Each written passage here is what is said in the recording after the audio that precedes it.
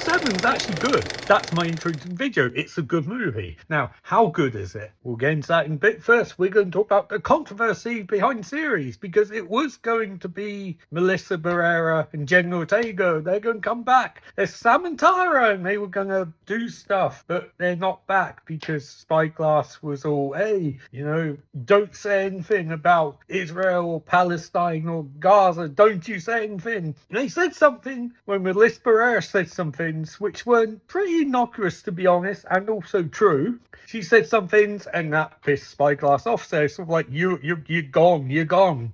And Jenna Ortega was sort of like, well, she's gone, I'm gone. And they were like, oh, shit, fuck, crap. Nev Campbell, can you come back? Here's a bag of money. So Nev Campbell's back in the movie. Kevin Williamson is directing it. And yeah, so that's Scream 7's backstory. They obviously wouldn't pay they wouldn't pay Nev Campbell her money for the 6th one, but now they pay her money for the 7th one. It's kind of disappointing, really, in terms of that, because, I really enjoyed 5 and 6, and I was hopeful for a finale to those. 2's story, or not really finale, because there's no finales in Scream, it just keeps going. But they decided not to do that. They decided that they were going to do something different, so Nev Campbell's back, and this is my grandmother's cup by way of hot chocolate. So basically, this is not the Scream 7 that we were going to get, but also it's kind of like... So it's kind of weird, because basically, so Scream 4 makes up a new trilogy. That's the whole point of Scream 4. It's going to be a whole new trilogy, and then the Weinstein brothers screwed up because they are the worst. They're the worst in so many ways. Harvey's worse than Bob, but Bob's pretty damn bad too. So we never got that trilogy ender. And then they started a new story with Sam and Tara. They obviously had Sydney in the 5th one. So in some regards, this feels like the end part to the second Sydney trilogy, which is 4, 5, and 7, because it's quite a good wrap up for that. It feels quite climatic. Like, I don't think you really need to have Sydney back after this. I feel like her story's done now. It's done. Now, I can bring back because they like money, but you could end it with this movie and that'd be fine. Because this does feel very full circle for Sydney. Yeah, definitely full circle for Sydney. Now, the other thing about movie that is kind of frustrating is... in some regards, it works as like her second trilogy, but in other regards, like this could be, except for 1, 2 things, this could literally be ignore the rest of the movies and just be a new Scream. Well, not a new Scream 2, they reference. Actually, no, it couldn't be any of those because there's loads of bits, loads of continuity notes. So it could be a reboot of, a second sequel, whatever you call it, like the sort of Jamie Lee Curtis Halloween things. It couldn't be that all. But is the movie good? Yes. I really enjoyed it, but my grading of it is as a Scream movie. And my view of Scream movies is different from most people's, because I think the only actually genuinely good one is the first one. I don't think any of the sequels are...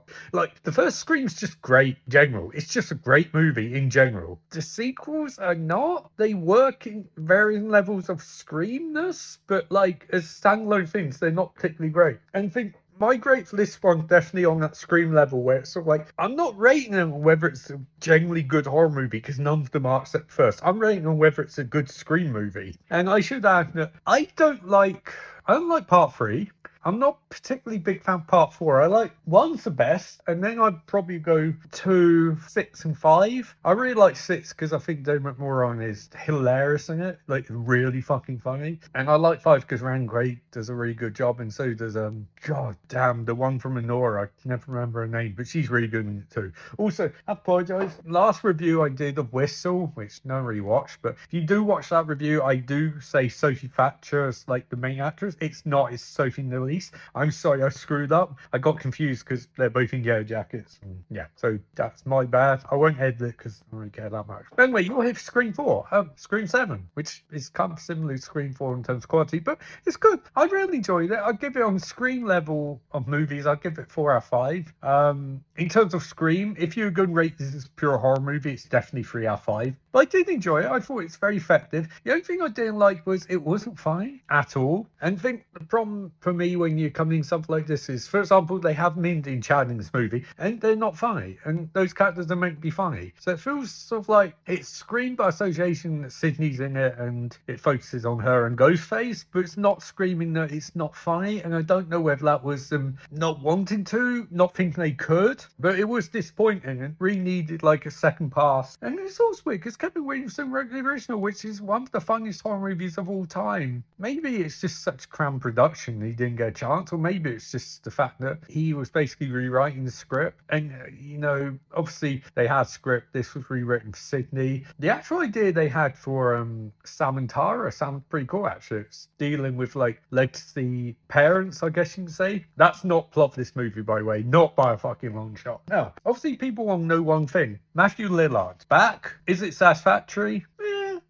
We all wanted him back because he was the funniest part of the first movie, and he was, but you can't replicate that. It was such a bizarre performance, and it just worked, despite the fact that it shouldn't work. It worked. It really worked, but you can't duplicate that. You can't do it again, especially 30 years later. I mean, it's just like, I think also the fact that the script for Scream was so tight, but those ad-libs gave it more life, but the overall plot was good. This one, like, I won't go in spoilers on what resolution is, but it's a bit of a mess. I mean, it's not kind of dumb. Like, this is a dumb movie, but it's good. It's enjoyable. I mean, if you like Scream movies, there's no reason you wouldn't like this, unless you want to boycott because of Spyglass's political stance, which I would not blame you for in the slightest. I mean, you gotta have your politics and you gotta stick by them.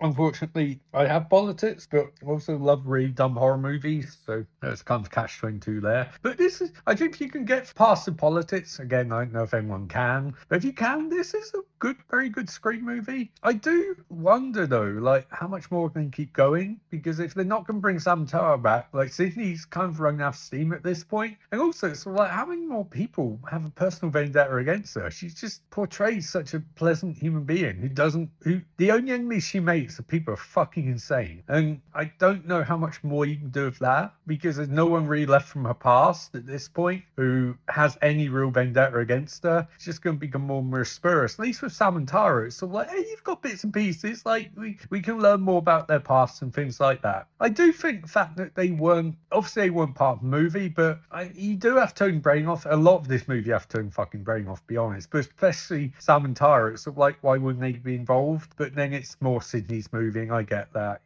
And also, when they're making it them, they wouldn't pay Nev Campbell any money, but then they ditch them, and then they pay Nev Campbell. So maybe it's just like a one-on-one off thing now. I don't know. It does miss the Radio Silence guys too, so they have more energy in the movie. Kevin Williamson, I mean, there's some really vicious like deaths in this movie, but it's not quite as anarchic as Radio Silence stuff was. And the opening scene's kind of, it's okay. And it wastes McKenna Grace, who's just delightful screen presence, but she doesn't really get anything to do.